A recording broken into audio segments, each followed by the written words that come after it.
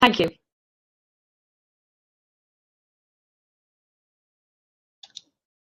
Welcome back, everyone. Sorry for the few minutes of delay. I hope the breakout sessions were constructive and went well. We had a few technical glitches with screen sharing, so apologies for that. I suppose it's slightly inevitable in this virtual world we now live in, but hopefully you'll be able to iron them out as we go along. I'm absolutely delighted now to introduce the chair of the final panel of the day, who is Sophie Woodhead. Sophie is a nutrition specialist with UNICEF, and before joining UNICEF, she worked with Action Against Hunger for over 6 years and has worked on community-based management of acute malnutrition programs across sub-Saharan Africa and South Asia. So I'm delighted to hand you over now to Sophie. Sophie.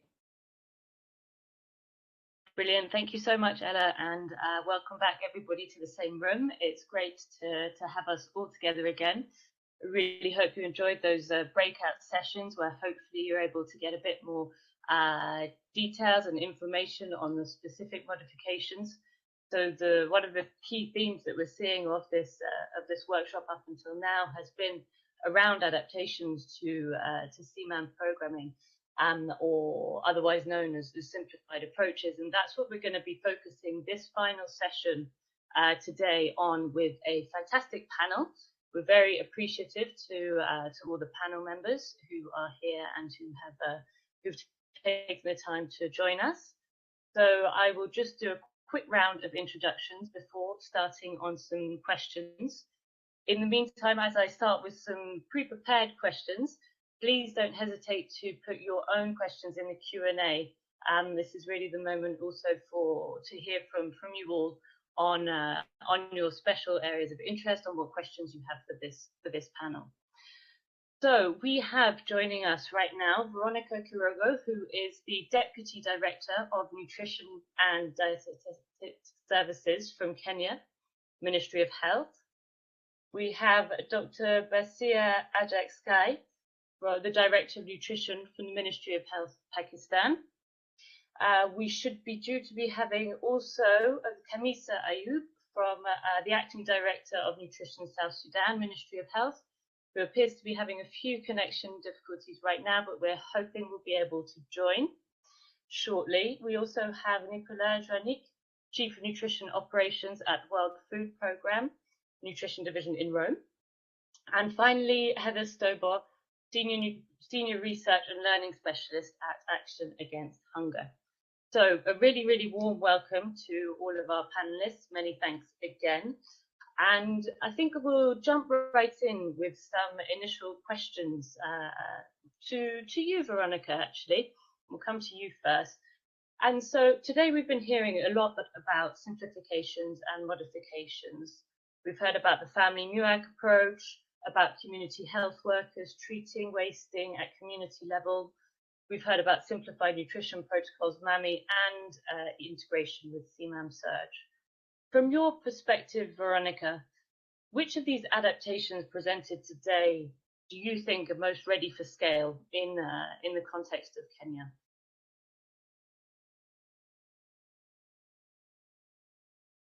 Thank you, Sophie. As far as Kenya is concerned, I can say we are ready for two of the adaptation.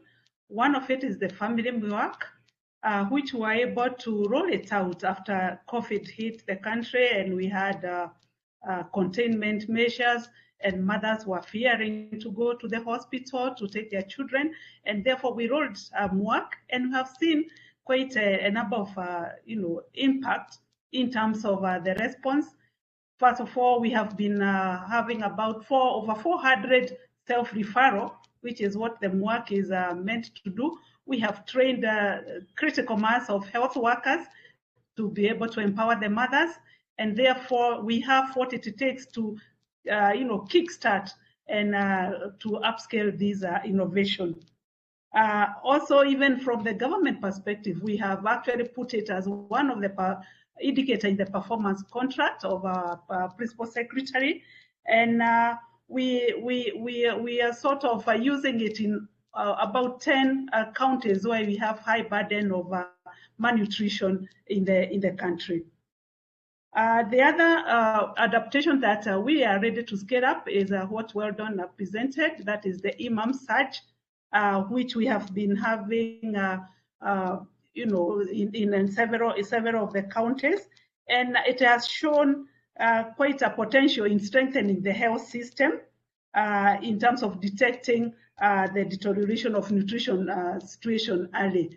Therefore, that one I think we have been able to test, and we have what it takes, because it has both the county and national government ownership, and we also have the technical guidelines in place, and we have also trained a critical number of mentors and training of trainers, and therefore we are ready to roll out the two important adaptations. Back to you, Sophie. Thank you.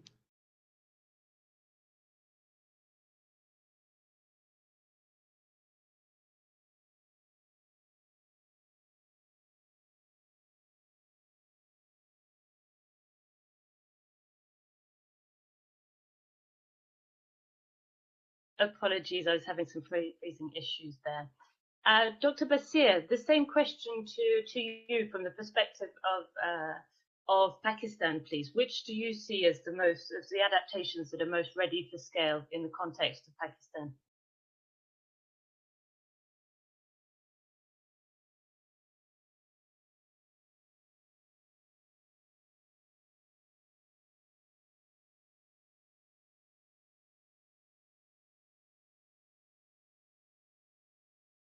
I'm not hearing you, Dr. Basir.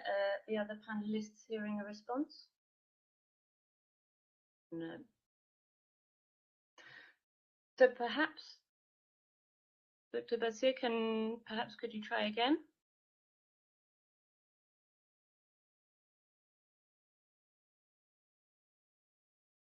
Okay, well, as we wait for Dr. Basir's connection to come back, maybe Veronica, a question that leads on from what you've just mentioned about these two specific modifications that you see as ready for scale in Kenya, family, MUAC and IMAM surge. What would be the main support from a ministerial perspective that you might need for the scale up of these two approaches? Thank you, Sophie. Sophie, I have not heard your single word from the question which you have shared. So may I?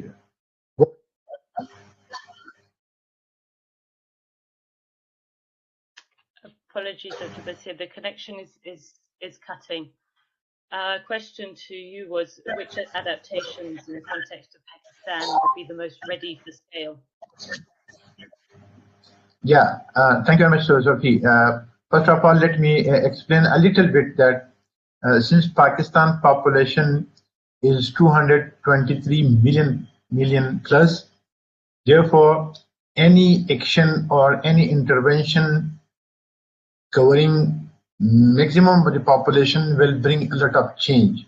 But unfortunately, in Pakistan, due to certain natural disaster like flooding and all these disasters, Pakistan adopted CMAM 1 in 2005 when there was emergencies like situation. So it was not by the community health worker, but a parallel set up people or trained health worker was assigned to do the CMAM activities at the community level. But yes, Pakistan is of course ready for scaling up or for the surge of CMAM surge, but that need a little bit more time to go to the maximum or to scale up. And also you need a little bit more resources to train, because currently our approach is to involve the community health worker, which is one of the biggest health workforce in Pakistan. So we are using that through a community approach through these lady health workers who are primarily responsible for the primary health care. So yes, Pakistan will adopt the certain accelerated plane when a little bit time is required, and also the resources for which we are hopeful that the current government is in a position or with a commitment to invest on nutrition especially and to address the wasting in Pakistan.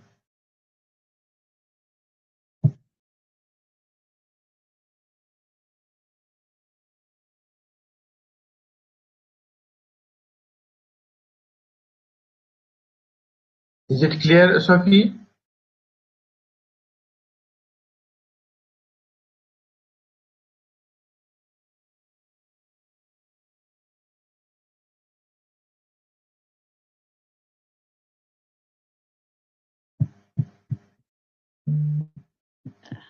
Okay, I apologise. I was having some freezing issues there. Thank you very much, Dr. Fatir, for this response. And I'd like to take the opportunity to welcome at this time Khamisa Ayoub from the Ministry of Health, South Sudan. Khamisa, I hope you can hear us okay. And I'd like to come to you for a question now, which we've asked to our panelists from both Pakistan and Kenya. In the context of South Sudan, from your perspective, Khamisa, what are the adaptations that appear? Oh dear! Unfortunately, we've lost Khamisa right at that moment. So I'll come back to you, Veronica, on this question of the support needs, the resources that might be needed in Kenya for scale.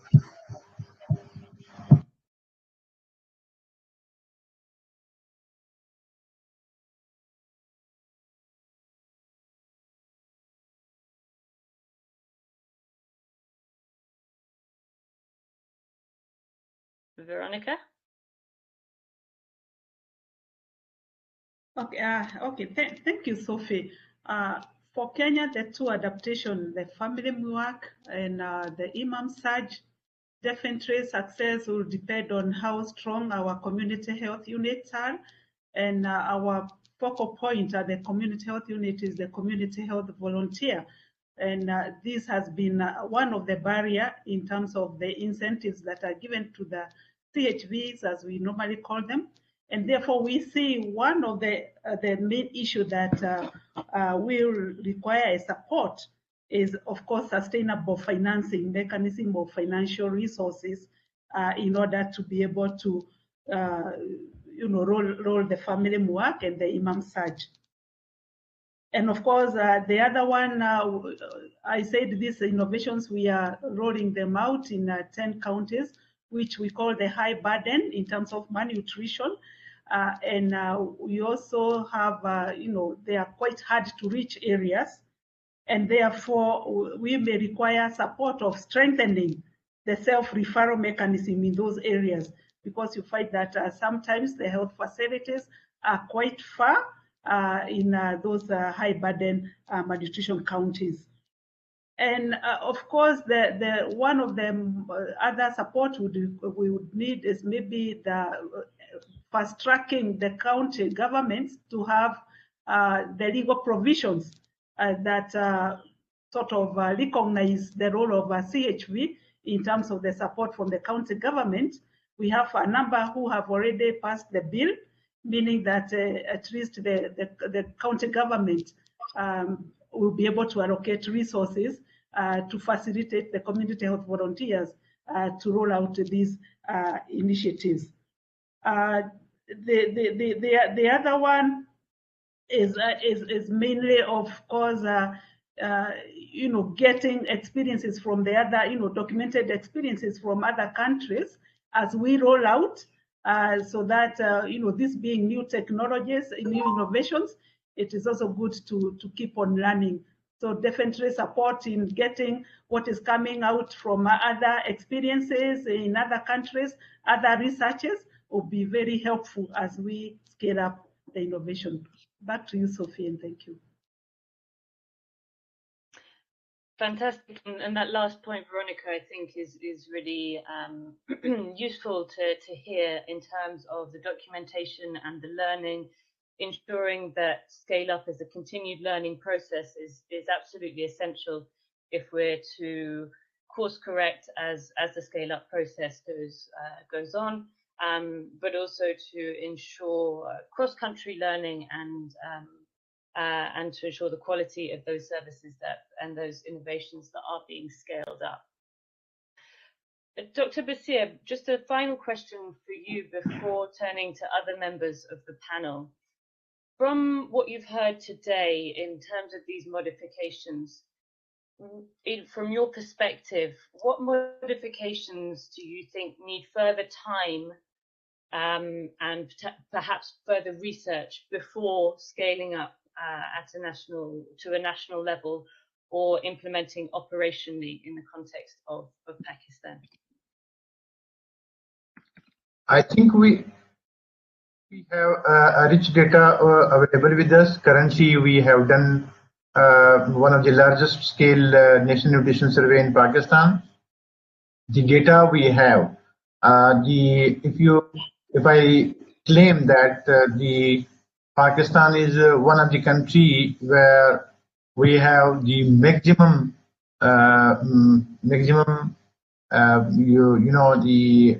the ownership of the provinces as well. But the big issue currently is that all the nutrition partners, for example, like World Food Program, Concern Worldwide, UNICEF, or WHO, the UN agencies or other partners, they need to synergize all their resources and their activities and should be aligned with the government. And currently, the government of Pakistan has planned a very huge program in which stunting prevention is the prime objective of that plan. But as far as the vesting is concerned, or the use of our huge task force is concerned, in Pakistan previously there was a very big issue of non-availability of the RUSF at local domestic level. So that has also been, with the support of the government, it has also been arranged to be available in the next 5 years at domestic level. So government of Pakistan commitment is there, but it needs a little bit more time to go and to cover all the population. As you are aware that I said earlier that Pakistan is a very huge country, and we are in various geographical regions, distributed in various geographical regions, like it is more than twice like the population of so many countries. So yes, the adaptation, especially the family move out, these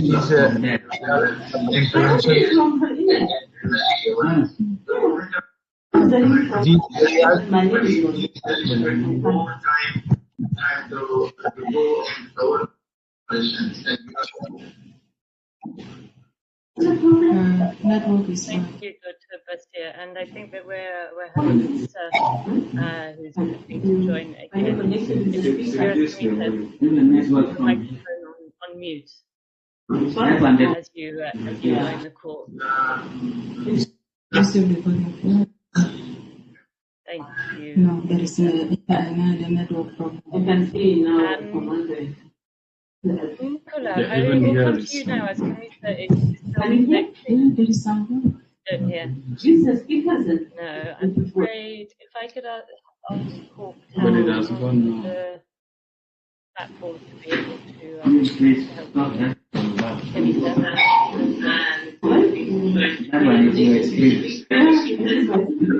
It would have been great if you have earlier communication with this lady, because she has not muted her mic and she still remain on the treatment.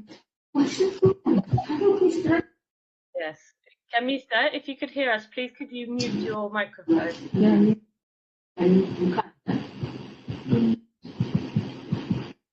We could have that microphone muted either by Khamisa herself or from the reports, that would be helpful. But it's on off. let's try Nicolas.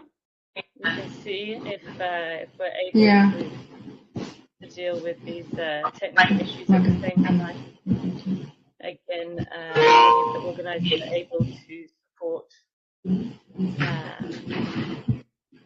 Thank you. I see Kate Golden is trying to manage that.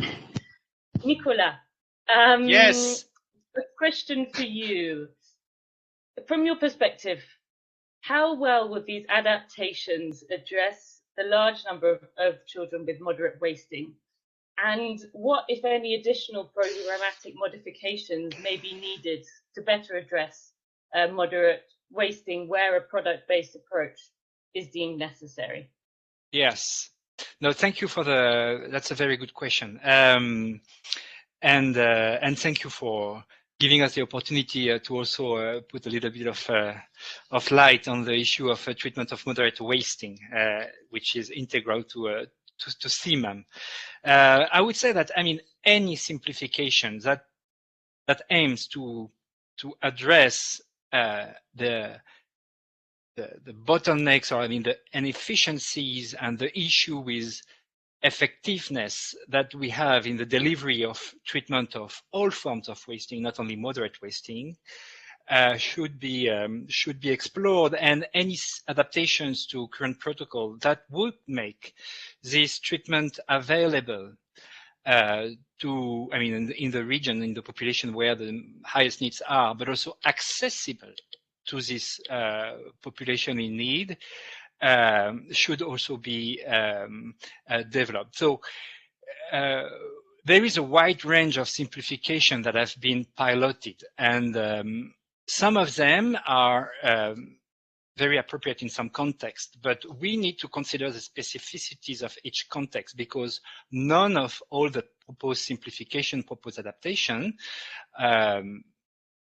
can be appropriate in all contexts. I mean that we should move away from the one-size-fits-all approach that we have been doing almost for the past 2 decades, and really consider what are the specific needs in terms of program design and response design in each context.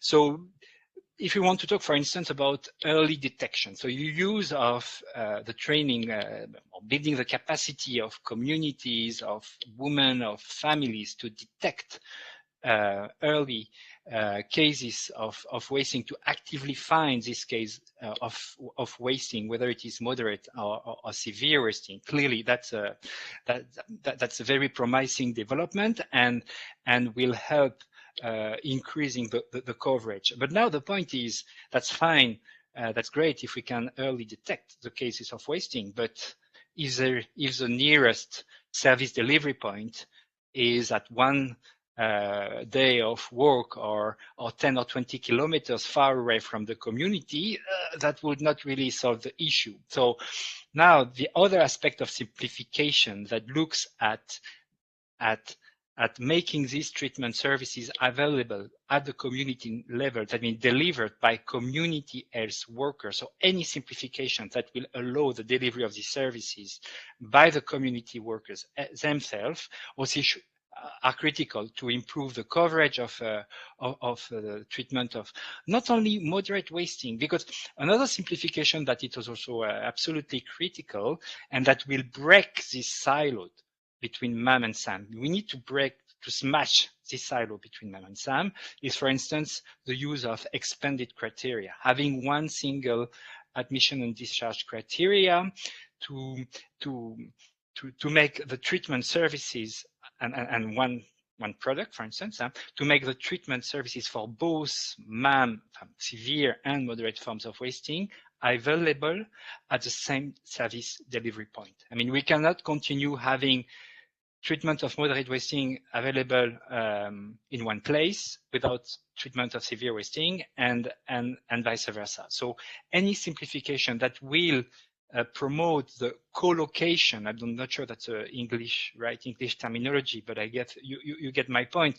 Yeah, to localize both treatment of severe and moderate forms of malnutrition through the use of expanded criteria or one single product, one single supply chain will not only improve the effectiveness and address some of the current inefficiency in the delivery of treatment, but also will improve the coverage of wasting. So that are very interesting simplification. So we touch on the, yes, family MUAC, so early detection, service provision directly at the community level, use of one single criteria. I just want to come back on the use of this expanded criteria because I want to take this opportunity also to share some, not concern, but some question that we have, because as we speak today, the recommendation, WHO recommendation is still to consider weight for height, let's score, and MUAC as two independent criteria for the admission and discharge of children with wasting. And we know that there is not systematic overlap in terms of detection of cases of wasting between MUAC and weight for height. So also that's why, I mean, context specificity matters, because in some population there is huge overlap, and in other population there may be less of an overlap. And that could have an impact on the coverage at the end, because if by only using one criteria, we detect less children that we were be detecting with two criteria or different criteria, that needs to be taken into account, because at the end of the day, we might treat more SAM, but maybe less MAM, and the global impact will be reduced. So I think that it is still an area where we need more solid evidence, in my opinion, and yes, but yeah, I mean, it's very promising development. I mean, all the work that has been done so far on trying to really reduce the costs, improve the effectiveness and the efficiency of the delivery of wasting treatment at community level. I think that's the buzzword. I mean, since this conference started, we need to, I mean, relocate treatment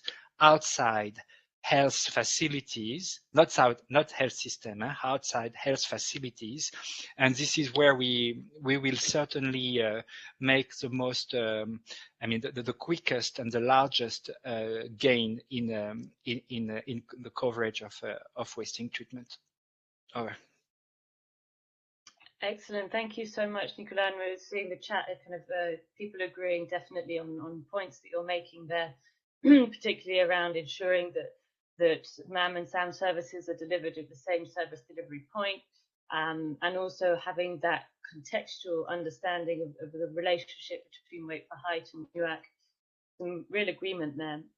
Basia, I see that you were interested in adding a point here at this moment. Yeah, just one point. As I mentioned, that the huge workforce which we have with the name of lady health workers at the community level.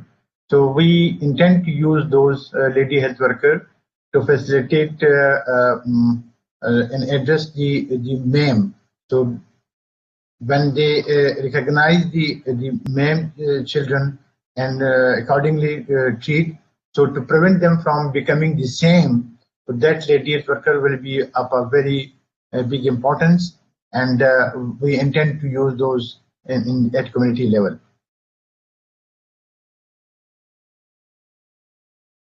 Thank you, Basia. That's a fantastic contribution, and coming again to this point around community, around ensuring availability. Great, thank you. I'm going to come to our final panelist just with the question before taking a few from the Q&A. Heather, a question for you. So Heather was greatly involved in a recent review looking at how services were adapted in the context of COVID-19. So Heather, it would be great to hear from you, how did COVID-19 affect essentially the uptake of some of these adaptations and simplifications? And importantly, as many countries shifted towards revised protocols, how do you envisage, or from your perspective, what do you see as the next steps as we move potentially out of these COVID protocols towards standard? Are there things that we should be considering keeping in place? So some perspectives also on that would be great. Yeah, since the moment of the community health worker, especially lady health worker, because of the COVID was a little bit restricted, so it is all over the world. And the supplies was also a bit problem, since all the governments at provincial level or the district level, they diverted their resources immediately to the COVID. But since now the burden is going to be a little bit lessened, and the people are more prepared, and they can do at one time 2 jobs as well. So to prepare or to take care of the COVID cases as well. But that lady health worker are well facilitated to reach to those in need people, where they are providing their services at community level, and at like one of my colleagues said, that we have now changed to the OTP site mechanism or model. So that is the one strengthen point that our community workers are reaching to there.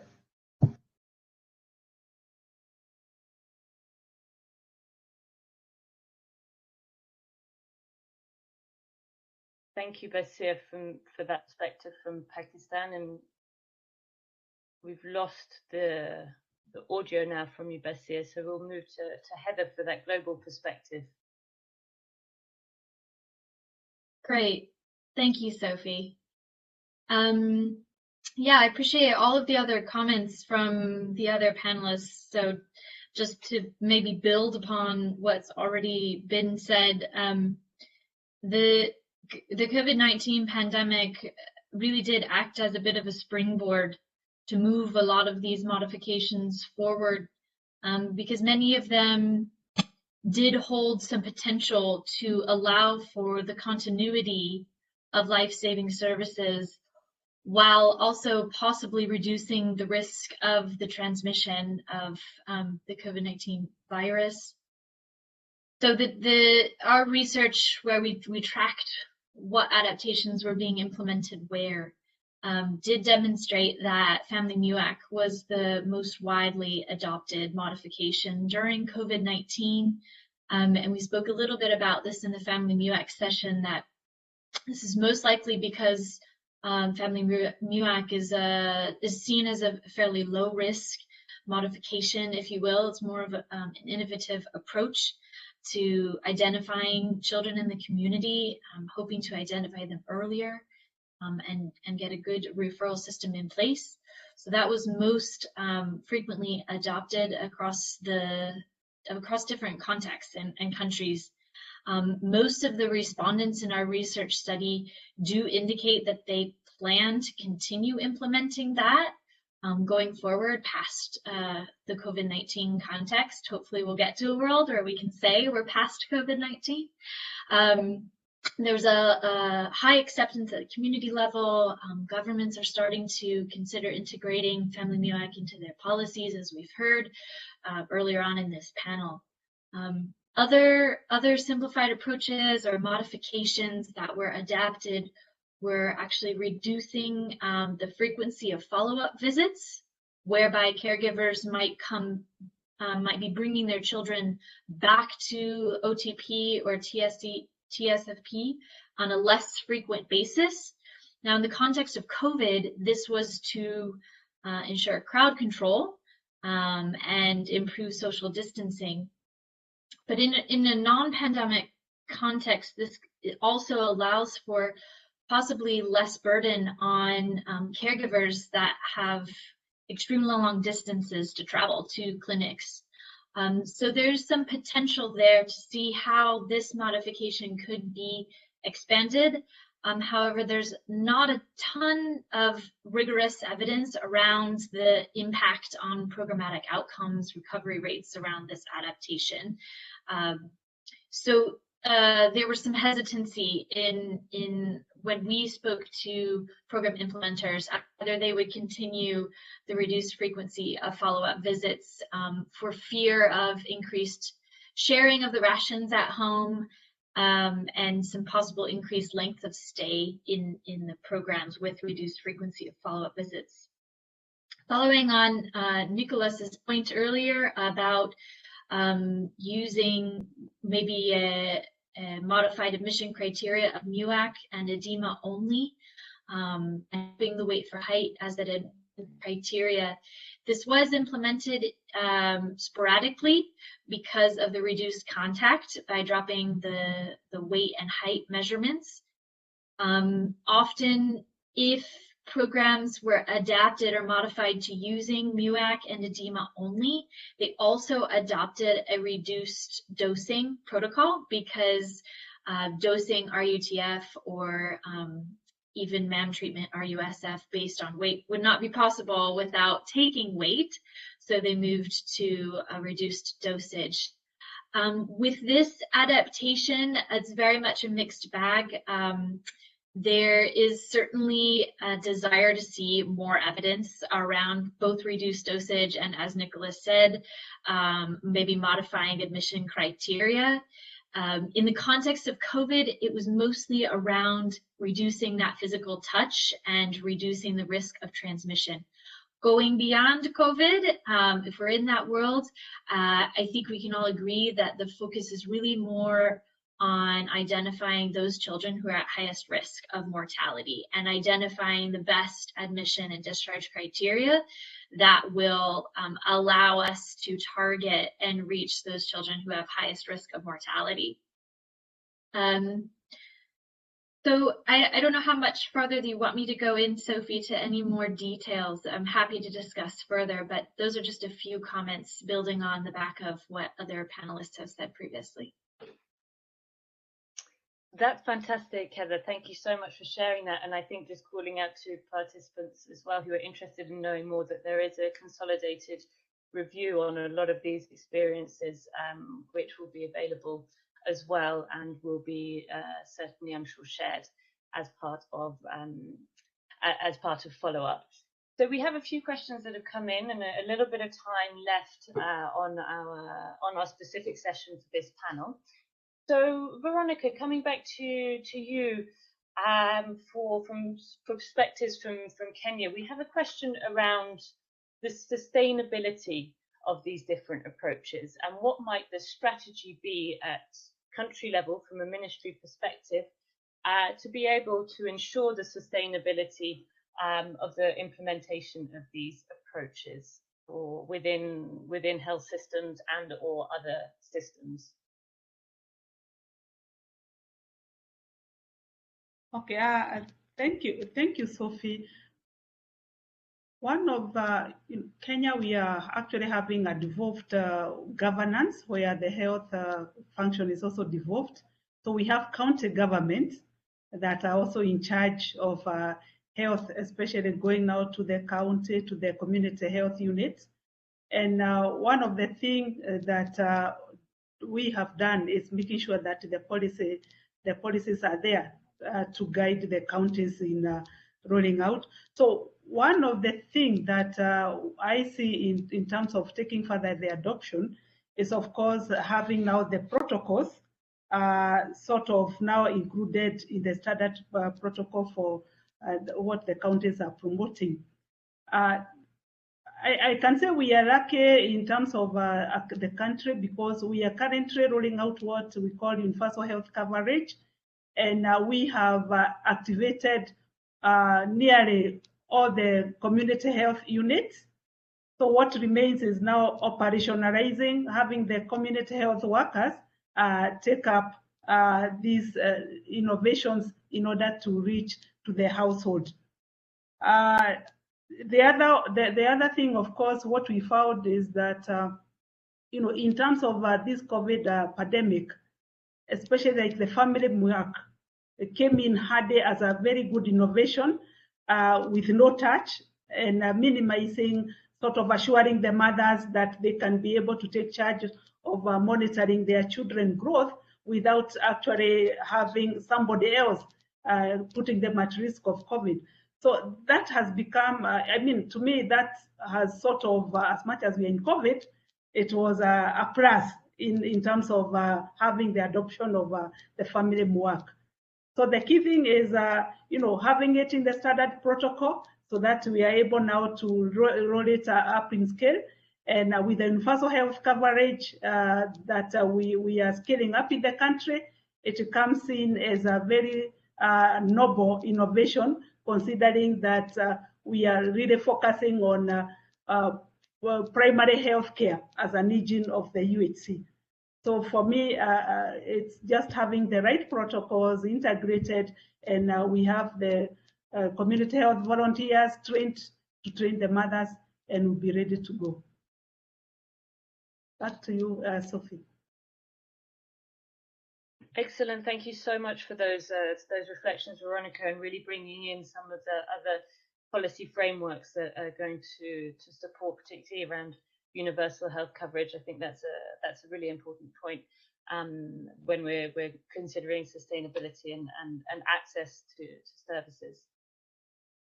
Nicolas, we had a question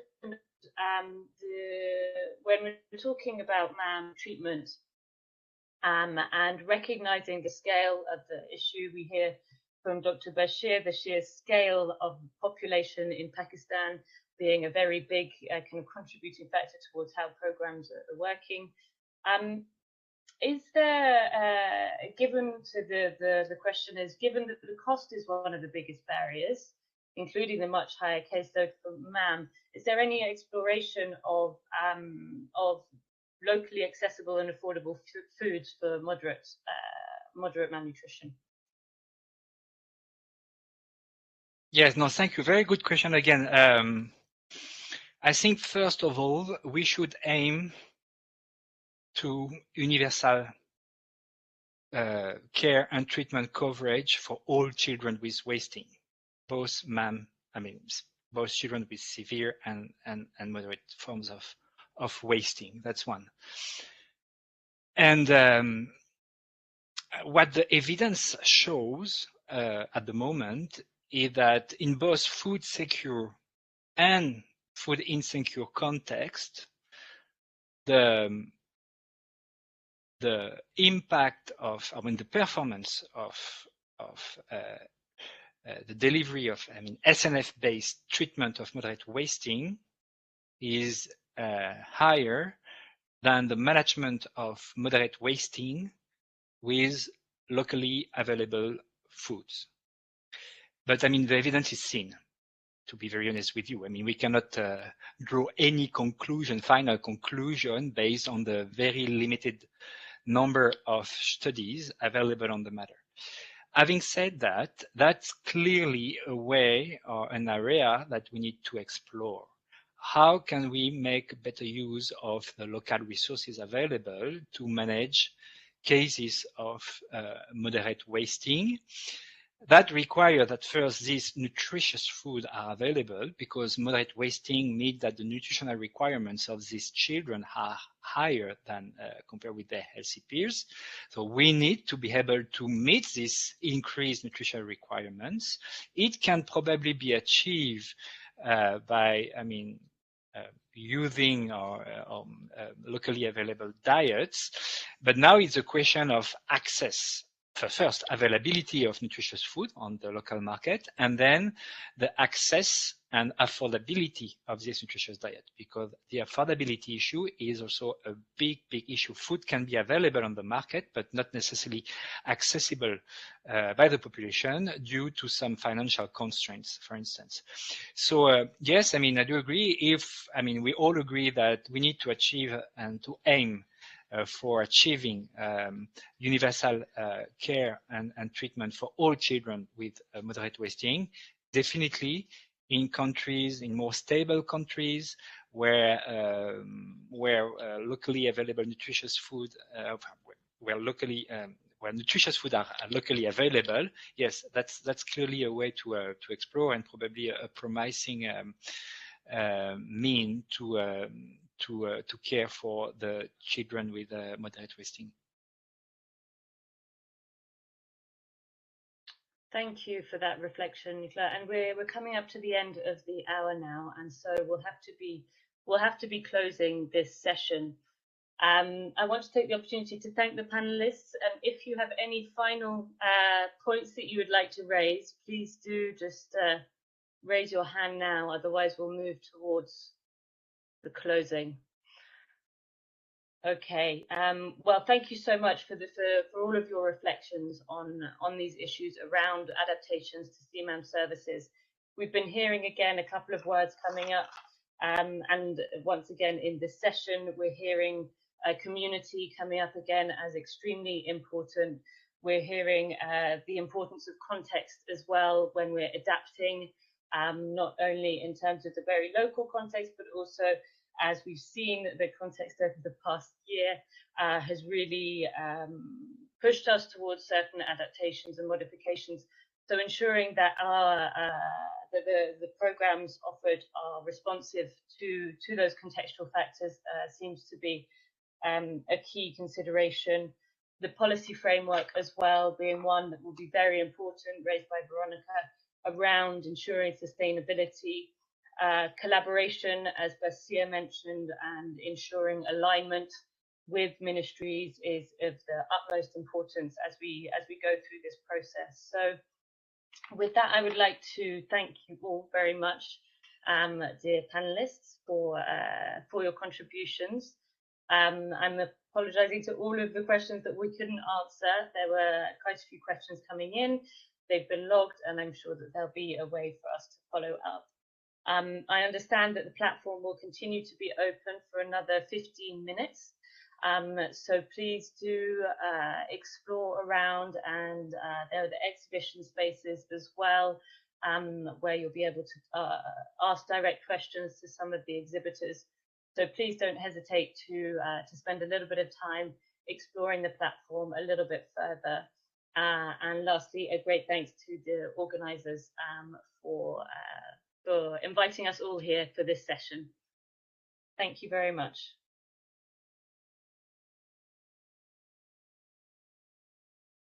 Thank you, Sophie. Thank you all. Thank you so much. Thank you.